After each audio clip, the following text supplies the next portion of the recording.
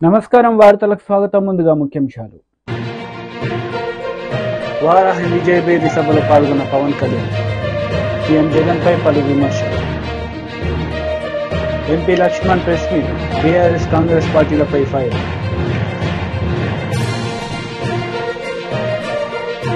ఎన్నికల సందర్భంగా CM YS Jagan మేమంతా సిద్ధం బహిరంగ సభలో పాల్గొన్నారు. ఈ సందర్భంగా పలు అంశాలపై ఆయన ప్రసంగించారు. రాజంపేటకు సంబంధించి పింఛా ప్రాజెక్టు దాదాపుగా 90% పనులు ఇప్పటికే అయిపోయి చేశాం. అన్నమయ్య ప్రాజెక్టు రేపొద్దున పూర్తి కావాలన్నా గాలేరు నగరీ కాలువ పనులు రైల్వే కోడూరు వరకు పూర్తి చెయ్యాలన్నా, ఇవన్నీ జరగాలన్నా ఏం చేయాలి?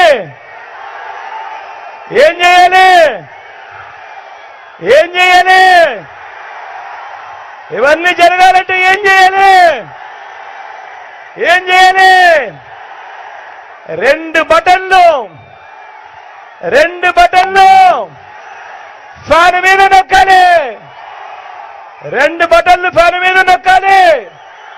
నొక్కి 175కు 175 అసెంబ్లీ స్థానాలు,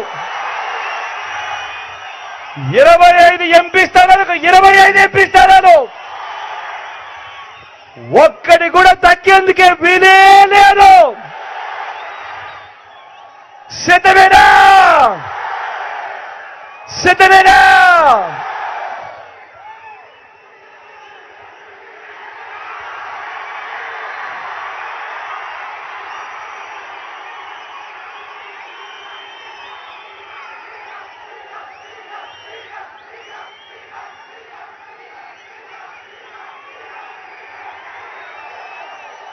ఇక్కడో అక్కడో ఎక్కడో మన గుర్తు తెలియని వాళ్ళు ఎవరైనా ఉంటే, అన్నా మన గుర్తు ఫ్యాన్, తమ్ముడు మన గుర్తు ఫ్యాన్, అక్క మన గుర్తు ఫ్యాన్, చెల్లెమ్మ అక్క మన గుర్తు ఫ్యాన్, మన గుర్తు ఫ్యాన్ అమ్మా, అక్క మన గుర్తు ఫ్యాన్, అక్క పెద్దమ్మలు అవ్వలు మన గుర్తు ఫ్యాన్, తాతలు మన గుర్తు ఫ్యాన్. మంచి చేసిన ఈ ఫ్యాన్ ఎక్కడ ఉండాలి? ఇంట్లోనే ఉండాలి. చెడు చేసిన సైకిల్ ఎక్కడ ఉండాలి? ఇంటి బయటే ఉండాలి. తాగేసిన టీ గ్లాస్ ఎక్కడ ఉండాలి? సింక్లోనే ఉండాలి.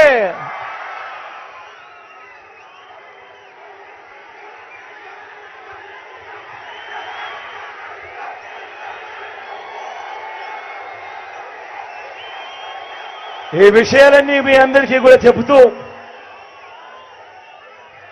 ఇంకో గొప్ప విషయం కూడా చెప్పాలి. అన్నమయ్య ఇదే రాజంపేటలో మనకి అగిరెడ్డి అన్నల కాలేజ్,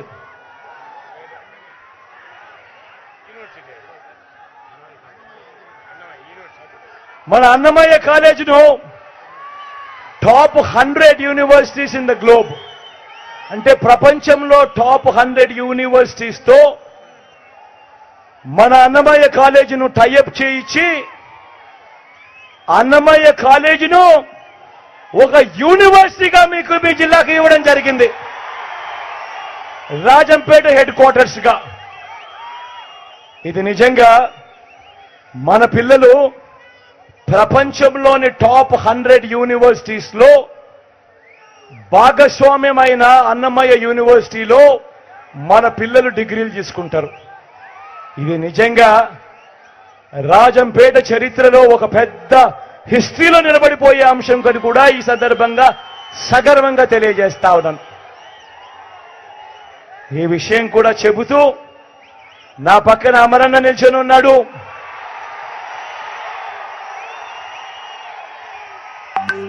మంచివాడు, సౌమ్యుడు. అమరన్న మంచితనం గురించి నేను వేరే చెప్పాల్సిన పని లేదు. అమరన్న మనసు. మంగళగిరి నియోజకవర్గంలో నిర్వహించిన రచ్చబండ కార్యక్రమంలో నారా లోకేష్ పాల్గొన్నారు. ఈ సందర్భంగా ఆయన పలు అంశాలపై మాట్లాడారు. దాంట్లో మొదటి హామీ మన ప్రభుత్వం ఏర్పడిన 5 సంవత్సరాల్లో 20 లక్షల ఉద్యోగాలు కల్పిస్తాం. ఉద్యోగాలు వచ్చే వరకు ప్రతి నెల నిరుద్యోగ భృతి 3,000 రూపాయలు అందిస్తాం తల్లి. రెండో హామీ 18 నుంచి 59 సంవత్సరాల వయసు కలిగిన మహిళలకి ప్రతి నెల 1,500 రూపాయలు ఇస్తాం. అంటే సంవత్సరానికి 18,000, 5 సంవత్సరాలు 90,000 రూపాయలు. మూడో హామీ బాబు గారు ముఖ్యమంత్రి ఉన్నప్పుడు గ్యాస్ ధర 400 రూపాయలు, ఇప్పుడు అదే గ్యాస్ ధర 1,200 రూపాయలు పెరిగింది. అందుకే తెలుగింటి ఆడపడుచులు ఆదుకునేదానికి ప్రతి కుటుంబానికి ప్రతి ఏడా ఉచితంగా 3 గ్యాస్ సిలిండర్లు మన ప్రభుత్వం అందిస్తుంది. నాలుగో హామీ ప్రతి రైతుకి ఆర్థిక సాయం కింద 20,000 రూపాయలు అందిస్తాం. ఐదో హామీ ఇంట్లో చదువుకున్న పిల్లలుంటే ఎంతమంది పిల్లలుంటే అంతమంది పిల్లలకి వాళ్ళ తల్లి తండ్రుల అకౌంట్ లో ప్రతి ఏడా 15,000 రూపాయలు వస్తాం తల్లి. అంటే ఒకరుంటే 15,000, ఇద్దరుంటే 30,000, ముగ్గురుంటే ఎంతమ్మా? డ్వాక్రా సంఘాలు ఉన్నారు, లెక్కలు బాగేస్తారు చెప్పండి. 45,000 రూపాయలు మీ అకౌంట్ లో జమ చేస్తాం. ఇంకా ఆరో హామీ ఏంటమ్మా? తెలుగింటి ఆడపడుచులు ఆర్టీసీ బస్సులో ఉచితంగా ప్రయాణించే హక్కు కూడా మన ప్రభుత్వం కల్పించబోతుంది. ఇట్లా 6 హామీలతో బాబు సూపర్ 6 రూపొందించాము. అమ్మా జగన్మోహన్ రెడ్డి గారికి సవరాజకీయాలంటే బాగా ఇష్టం తల్లి. 2014లో తండ్రి సమ వాడుకున్నారు. 2019లో సొంత బాబాయిని చంపేసి బాబాయ్ సమ వాడుకున్నారు. ఇప్పుడు 2024 వచ్చింది, ఆయన ఆలోచిస్తున్నారు ఎవరు సమ వాడదారా అని. అమ్మా వృద్ధుల సవాలు వాడుకుంటున్నారు. ఆయన తెలుసు 1వ తారీఖు వస్తుందని, పెన్షన్ ఇవ్వాలని తెలుసు, కావాలని వాలంటీర్ల చేత ప్రచారం చేపించారు. అది తెలుసుకుని ఎలక్షన్ కమిషన్ ఏకంగా వాళ్ళని దూరంగా పెట్టారు కార్యక్రమాలకి. 1వ తారీఖు వచ్చింది, పెన్షన్ ఇవ్వాలి. కేవలం 10% నిధులే సచివాలయం పంపించారు. వృద్ధులందరూ క్యూ కట్టారు సచివాలయం ముందర, కానీ డబ్బులు ఇవ్వలా. మొదటి రోజు ఎండ దెబ్బలకి మొదటి రోజు 32 మంది వృద్ధులు చనిపోయారమ్మా. అందుకే వృద్ధులకి నేను హామీ ఇస్తున్నా, మన ప్రభుత్వ అధికారంలోకి వచ్చిన వెంటనే 3,000 రూపాయల పెన్షన్ ని 4,000 రూపాయలు చేసే బాధ్యత మేము తీసుకుంటాం. వాలంటీర్ వ్యవస్థ కొనసాగిస్తాం. కేవలం పెన్షన్ కాదు, ఇతర సంక్షేమ కార్యక్రమాలు నేరుగా మీ గడపకు అందించే బాధ్యత కూడా మేము తీసుకుంటాం. తల్లి ఎన్ని సాధించాలంటే మీరేం చేయాలి తల్లి? ఏం చేయాలి తల్లి? మనకి 2 ఓట్లు ఉంటాయి. మొదటి ఓటు ఎంపీ గారికి, రెండో ఓటు ఎమ్మెల్యే అభ్యర్థికి. ఎంపీ అభ్యర్థి గారి గురించి కూడా ఒక 2 మాటలు చెప్పాలి. తెలుగుదేశం, జనసేన, భారతీయ జనతా పార్టీ బలపరిచిన ఎంపీ అభ్యర్థి పెమ్మసాని చంద్రశేఖర్ గారు. ఆయన ఒక పారిశ్రామికవేత్త. 2014లో నర్సరావుపేట ఎంపీగా పోటీ చేయాలని వచ్చినప్పుడు కొన్ని కారణాల వల్ల ఆయన టికెట్ ఇవ్వాల. ఆయన తిరిగి వెళ్లి 5 కంపెనీలు స్థాపించాడు, అద్భుతంగా సక్సెస్ అయ్యాడు. దర్జాగా బతకెళ్లిన వ్యక్తి. కరెక్ట్ గా సంవత్సరం క్రితం మళ్ళీ వచ్చారు. నేను ప్రత్యక్ష రాజకీయాల్లోకి రావాలనుకుంటున్నాను అని చెప్పా. ఈ ఎండలు మీరు తట్టుకోలేరని, ఈ దుమ్ము ధూళి మీ వల్ల అవదని. లేదు, నా ఆలోచనలో నేను నా కంపెనీ కోసం వాడా. BJP MP Laxman press meet నిర్వహించారు. ఈ సందర్భంగా ఇరు పార్టీలపై ఆయన మండిపడ్డారు. ఈ రకంగా సనాతన ధర్మాన్ని కించపరిచినవి కాదు. ఈ శామ్ పిట్రో ఏ స్థాయికి ఇంకా దిగజాడి మాట్లాడాడంటే, రాజ్యాంగం నిర్మాణంలో బాబాసాహెబ్ అంబేద్కర్ గారి యొక్క సహకారం కంటే, కాంట్రిబ్యూషన్ కంటే నెహ్రూ గారిది గొప్పదని, నెహ్రూ గారిది ఎక్కువ పాత్ర ఉందని చెప్పి అంబేద్కర్ గారిని అవమానపరిచే విధంగా వ్యాఖ్యానిస్తే కాంగ్రెస్ పార్టీ చోద్యం చూస్తున్నదంటే ఇది కాంగ్రెస్ యొక్క రహస్య ఎజెండాలో భాగం కాదా? దానికి అనుగుణంగానే అంబేద్కర్ గారు పోటీ చేస్తే కాంగ్రెస్ ఓడించిన చరిత్ర, అంబేద్కర్ గారి చిత్రపటాన్ని పార్లమెంట్ సెంట్రల్ హాల్లో వారు పెట్టకపోవడము, భారత్ రత్న ఇవ్వకపోవడము, ఇవన్నీ దేనికి సంకేతం? పిట్రోడ వ్యాఖ్యలకు మీ యొక్క పనితీరుకు అద్దం పడుతూ ఉన్నది. వాళ్ళ అంటే అంబేద్కర్ గారి కంటే నెహ్రూ కాంట్రిబ్యూషనే ఈ రాజ్యాంగ నిర్మాణంలో ఎక్కువగా ఉందని. అందుకనే ఈ యొక్క అంబేద్కర్ గారి యొక్క మేధస్సు తెలివితేటల ముందు నెహ్రూ మరి సరిపడనే ఒక దుగ్ధతతోనే కాంగ్రెస్ పార్టీ ఆనాడు బాబాసాహెబ్ అంబేద్కర్ ఎన్నికల్లో ఓడించింది. ఆనాడు డాక్టర్ శ్యామాప్రసాద్ ముఖర్జీ అదే అంబేద్కర్ గారిని పశ్చిమ బెంగాల్ నుంచి గెలిపించడానికి బాధ్యత తీసుకున్న ఆనాడు భారతీయ జనసంఘ నాయకుడు డాక్టర్ శ్యామాప్రసాద్ ముఖర్జీ. కాబట్టి ఇలాంటి అనేకమైన అంశాలు, పుల్వామా లాంటి దాడులు ఈ సహజంగానే జరుగుతూ ఉంటాయి. దాని గురించి పెద్దగా ఆలోచన చేయాల్సింది ఏంటంటూ పిట్రోడా గారి వ్యాఖ్యలు. ఎప్పటికప్పుడు ఇటువంటి సంఘటనలు జరుగుతూనే ఉంటాయి ప్రపంచంలో. వాట్ ఈజ్ న్యూ అన్నట్టు మాట్లాడతాడు. అని 8 మంది వచ్చి ముంబై మీద దాడి చేస్తే, ఈ కసబ్ లాంటి వ్యక్తులు 8 మంది దాడి చేస్తే మొత్తం పాకిస్తాన్ను ఇవాళ తప్పు పట్టడం ఏమిటి అని ప్రశ్నిస్తూ ఉంటాడు. ఎవరో 8 మంది చేస్తే దానికి పాకిస్తాన్ ముడిపెట్టి మొత్తం పాకిస్తాన్ నిందించడం ఎంతవరకు సబబని ప్రశ్నిస్తూ ఉన్నాడంటే వీరి రాజకీయం ఏ స్థాయిదో. రేవంత్ రెడ్డి గారు, నువ్వు కొత్తగా కాంగ్రెస్ పార్టీలో చేరు.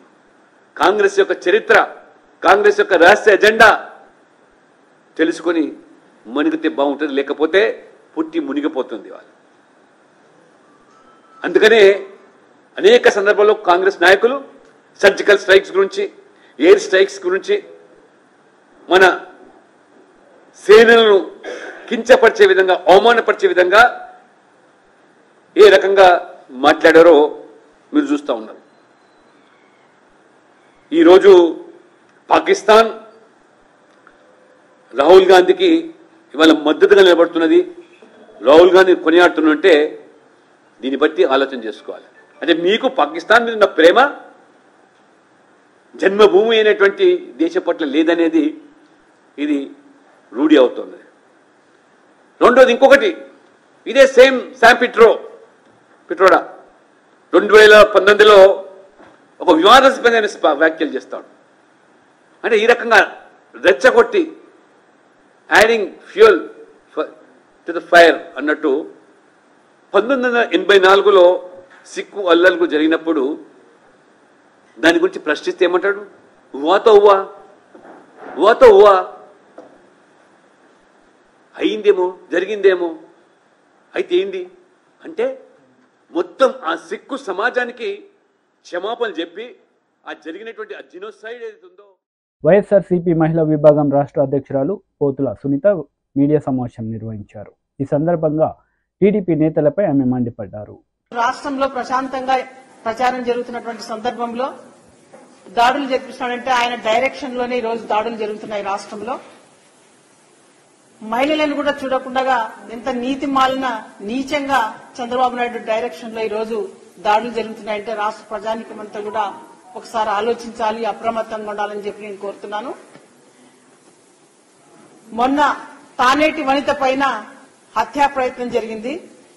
మరి నిన్నటికి నిన్న మాచెర్ల పల్నాడు ప్రాంతం అంటేనే ఎంతో ప్రశాంతంగా, మరి మాచెర్ల నియోజకవర్గం ప్రజానికాన్నంతా కూడా ప్రశాంతంగా ఉంచుతూ, మరి పిన్నెల్లి రామకృష్ణారెడ్డి అన్న ఒక సీనియర్ వైసీపీ నేత, ఓటమెరగని నాయకుడు, ఎదురులేని నాయకుడు, మరి తన సతీమణి రమాదేవి నిన్న కొంతమంది మహిళా నేతలతో ప్రచారం చేస్తుంటే టీడీపీ పచ్చమూకలందరూ కూడా గూండాల్లాగా వ్యవహరిస్తూ చంద్రబాబు నాయుడు డైరెక్షన్ లో జూలకంటి బ్రహ్మారెడ్డి ని ఉసికొలిపి నిన్న ఆమె పైన, మహిళా నాయకులపైన దాడి చేయడం చాలా నీచమైనటువంటి సంస్కృతి. చంద్రబాబు నాయుడు మహిళల్ని అడ్డు పెట్టుకుంటారా మీరు మీ రాజకీయాలకి?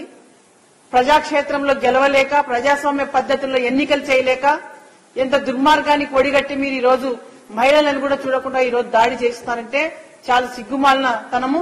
మరి ఏదైతే మీరు నిన్న మహిళల పైన కర్రలతోనా సీసాలతోనా దాడి చేసి వాళ్ళ తలలు పగలగొట్టి రక్తం చూశారు, మహిళల రక్తం చూశారు, ఖచ్చితంగా వాళ్ళు కన్నెర్ర చేస్తే మీ ఓటమి తప్పదు. చిత్తుగా ఓడించేది మిమ్మల్ని రాష్ట్రంలో మహిళామ తల్లులు అనేది చంద్రబాబు నాయుడు గుర్తుపెట్టుకోవాలా. ఎందుకు మాట్లాడుతున్నానంటే చంద్రబాబు నాయుడు నేపథ్యం ఏనాడు కూడా మహిళల్ని గౌరవించింది కానీ లేదు, వాళ్ళని అభివృద్ధి పరిచింది కానీ లేదు.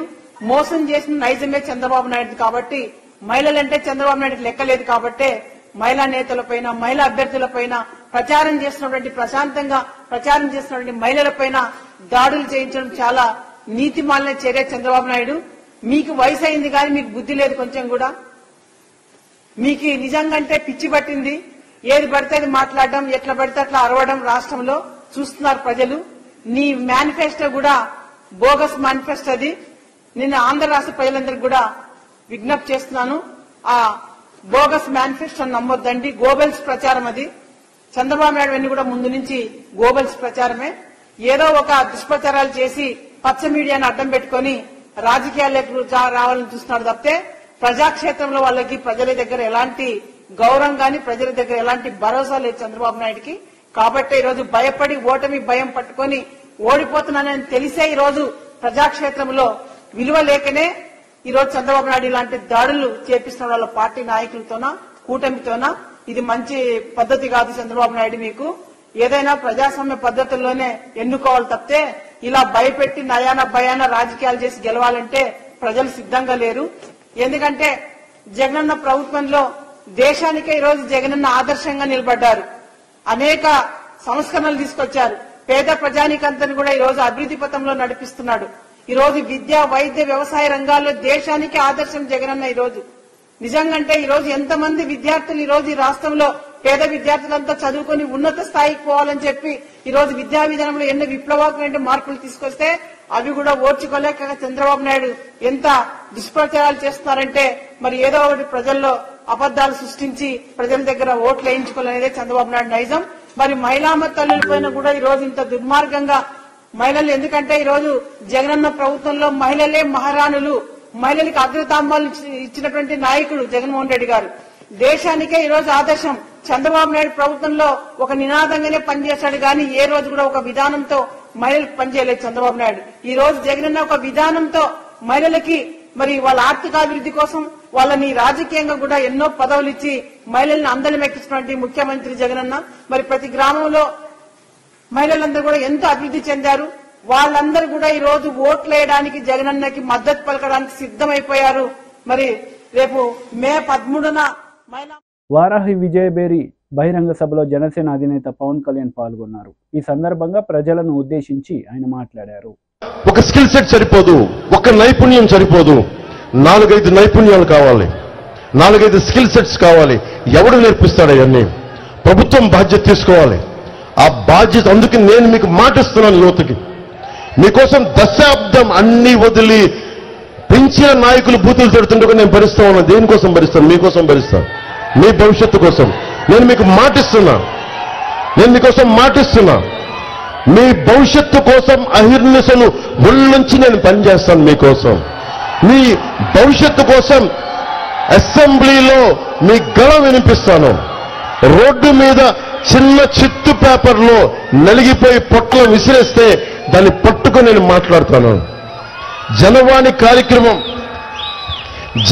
కార్యక్రమం ఎలా వచ్చింది?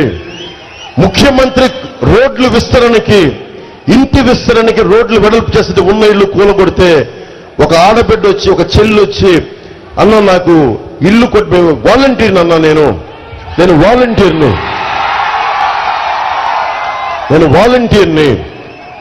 నేను వైసీపీ వాలంటీర్ని, మాకే దిక్కు లేదని ఇల్లు కొట్టేశారు, ప్రత్యామ్నాయం చూపించలేదంటే అమ్మాయి నాకు కంప్లైంట్ చేస్తే 3వ రోజు 4వ రోజు బెదిరింపులు స్టార్ట్ చేశారు. ఎందుకు వెళ్ళావు నేను అంటే వాళ్ళ అన్నయ్యకి బెదిరింపులు ఇచ్చారు, చంపేస్తామని చెప్పారు. ఏం జరిగింది అంటే ఒక 10 రోజుల తర్వాత మళ్ళీ ఒక నెల రోజుల తర్వాత ఆ అమ్మాయి వచ్చి మళ్ళీ చాలా మంది ఇట్లా ఇంత జనం ఉంటే పార్టీ ఆఫీస్ దగ్గర అన్న ఇట్లా మాట్లాడితే తీసుకున్నాను. నాకు గుర్తుంది, అమ్మాయి చెప్పమ్మా నీ పేరేంటని. ఎందుకని పేపర్ తీసుకుంటే, అన్న ఒకసారి నీతో మాట్లాడాలి 5 నిమిషాలు అంటే 5 నిమిషాలు వెళ్తే దీనివల్ల నీకేం ఆనందం వస్తుంది? దీనివల్ల అంటే నా కోరిక ఏంటంటే, నా విన్నపం ఇది ప్రధానమంత్రి గారి మీదకి విసిరేశారు. ఉత్సాహం ఉండాలి కానీ ఇబ్బంది పెట్టేలా ఉండకూడదు. నా రిక్వెస్ట్ ప్లీజ్. నా భయం వేసింది, నేను ప్రధానమంత్రి గారి మీద అందరూ ఎర్రతో వాళ్ళు గబుక్కుని ఉత్సాహం విసిరేస్తుంటే, అరే ప్రపంచంలో అత్యంత పవర్ఫుల్ నాయకుడు మనం తక్కువ చేయకుండా మనం ఆయన్ని గౌరవించాలి. మనం జెండాలు పట్టుకొని నేను విషయాన్ని అర్థం చేసుకుంటా. నాకు తెలుసు సలసలసల కాగే రక్తం ఏం చేస్తా అన్న ఇటు చూడని చెప్పడం. మీరేం చేయాలి? తువ్వాళ్ళు ఇలా ఓపండి, తువ్వాళ్ళు ఓపండి. ఆనందం ఇసరటం వల్ల అది మన సంస్కారంగా, అది మటుకు దయచేసి నా రిక్వెస్ట్. మీ ఉత్సాహం కాదన్న. మళ్ళీ విషయానికి వద్దాం.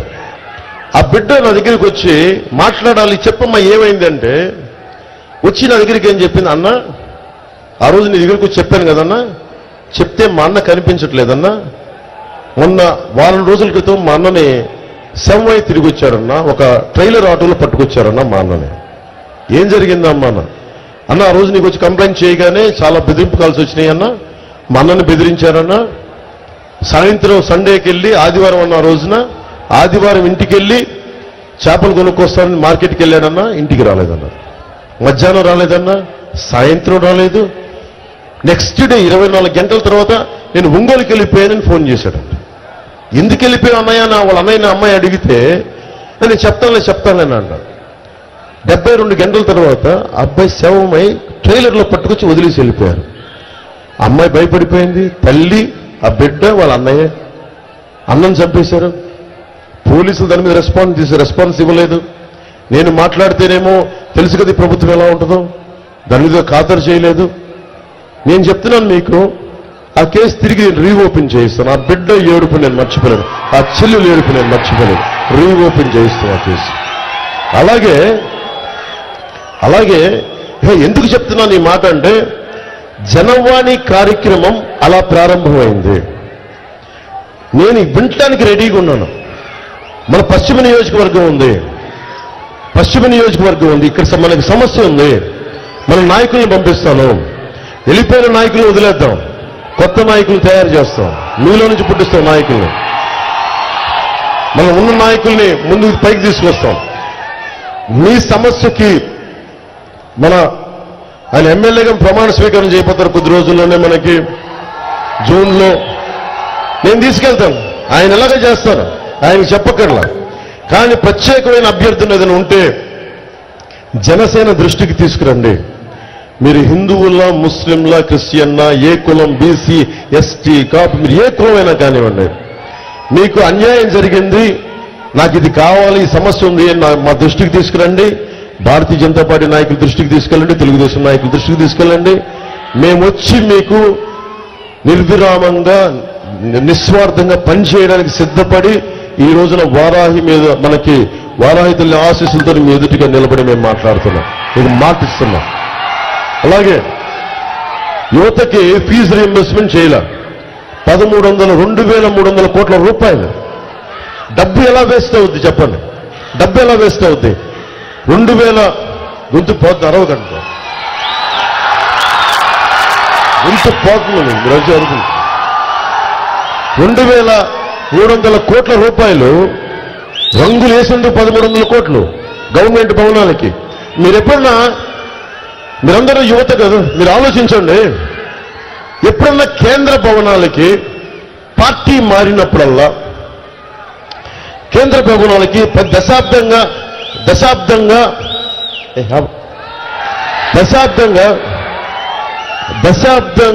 భారతీయ జనతా పార్టీ దేశాన్ని నడుపుతోంది. ఎప్పుడన్నా సరే ప్రభుత్వ భవనాలకి భారతీయ జనతా పార్టీ రంగులు వేయడం మీరు చూశారు? ఉన్నది కదా. అలాగే రాష్ట్ర ప్రభుత్వానికి ప్రభుత్వ భవనాలు కదా, ఆంధ్రప్రదేశ్ ప్రభుత్వ భవనాలకి వైసీపీ రంగులేంటి? వార్తలు ముగించే ముందు ముఖ్యాంశాలు మరోసారి. వారాహి విజయభేరి సభలో పాల్గొన్న పవన్ కళ్యాణ్, సీఎం జగన్పై పలు విమర్శలు. MP Laxman press meet, BRS Congress పార్టీలపై ఫైర్. ఈ వార్తలు ఇంతటితో సమాప్తం. తిరిగి ప్రసారమయ్యే వార్తల్లో మళ్ళీ కలుద్దాం. అంతవరకు సెలవు. నమస్తే.